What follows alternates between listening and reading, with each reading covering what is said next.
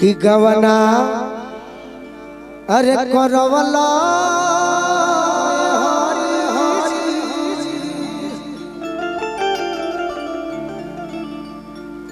आरे गवना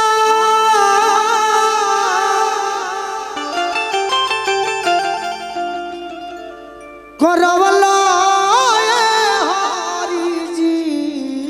अपने पुरबवा गैला है। ये गाना के जवाब नहीं। बिल्कुल बिल्कुल।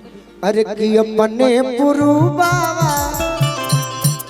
एकदम सीधा रही तनी मनी व्यस्त बाड़े। आरे गवना अच्छा एक गाना इसी में है पता है क्या कि छोड़े गवने हरी में हरिया अबे मैं बहुत छोड़े गवने हरी में हरिया जनी जानो करिया करे जा जनी जानो करिया करे जा। अरे गवना करवला हरि जी गवना करवला हरि जी अपने विदेशा गइला रा अपने पुरुवा गइला रा कहतरी जहिया से गइला पठवला न पतिया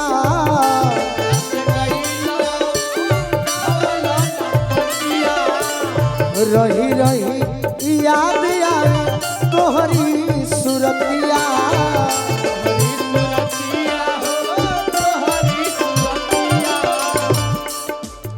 आर्य जिया छो छो नवला हरि जी जिया छो छो नवला हरि जी। अब देखी चौगुन होता कि अपने पुरुबवा गइला रा अपने पुरुबवा गइला रा।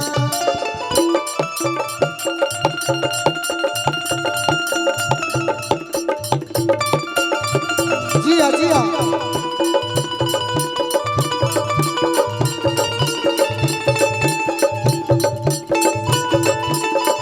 वाह जियो जियो बेंच मास्टर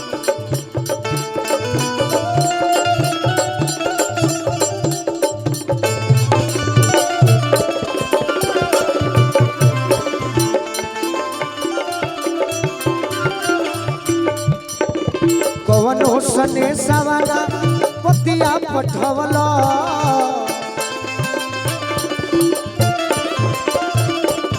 कवनो सने सवा कवनो सने सवा कवनो सने सवाना पतिया पठवला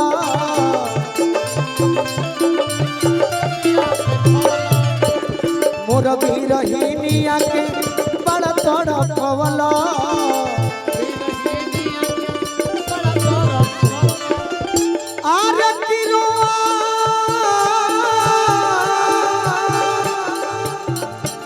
अरे डहकवला हरि जी रोवा डहकवला हरि जी अपने पुरुबवा गइला रा अपने पुरुबवा गइला रा अपने पुरुबवा गइला रा अपने पुरुबवा अपने पुरुबवा अपने विदेशवा